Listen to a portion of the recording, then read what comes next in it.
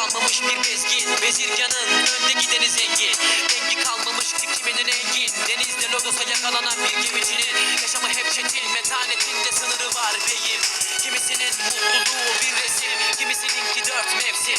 Kelebeğin ömrüne bedel bir geleceğin getirecek hediyesi nedir ki bilemedim. Vay haline elekte elenenin, hayata ağlamakta başlayan bu insanoğlu gördü geleceği. Bir dilim ekmeğin sonunda bedeninin de alınacak olması gibi, düşünenin düşenin de dostu olmamış ki vatanın olsun.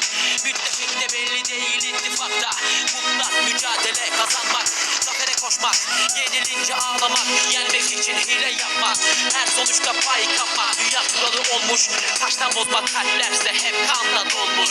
Kanadımı kırdılar, uçamadım anne, savaşa soktular, koşturdum. Kalbini açamayan herkesin aklına eğriyi doğruyu ben soktum. Sonbaharda dökülen yapraktım, ilkbaharda geri geldim ben. Aileme dostuma selamlar olsun, gökkuşağındaki bir rengim ben. Kanadımı kırdılar, uçamadım anne, savaşa soktular, koşturdum. Kalbini açamayan herkesin aklına eğriyi doğruyu ben soktum. Sonbaharda dökülen yapraktım, ilkbaharda geri geldim ben. Aileme dostuma selamlar olsun, yağmur sonrası güneşim ben. Zamanda yolculuk beyinde meşgul edebilir, fakat objektif olmaz. Zararı yoktur, yararı olmadığı gibi.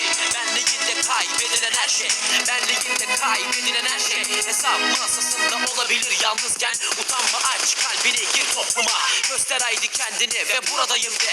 Savaşı kaybetme, yürüme, geriye dönme, bak ve ileriye ilerle.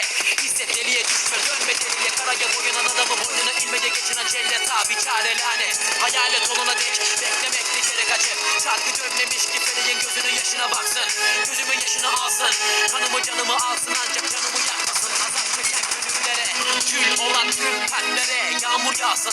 Kalp dağlayan tüm eller kalpleriyle dağlasın, kalp karalayanlar yansın. Kanadımı kırdılar, uçamadım anne, savaşa soktular, koşturdum.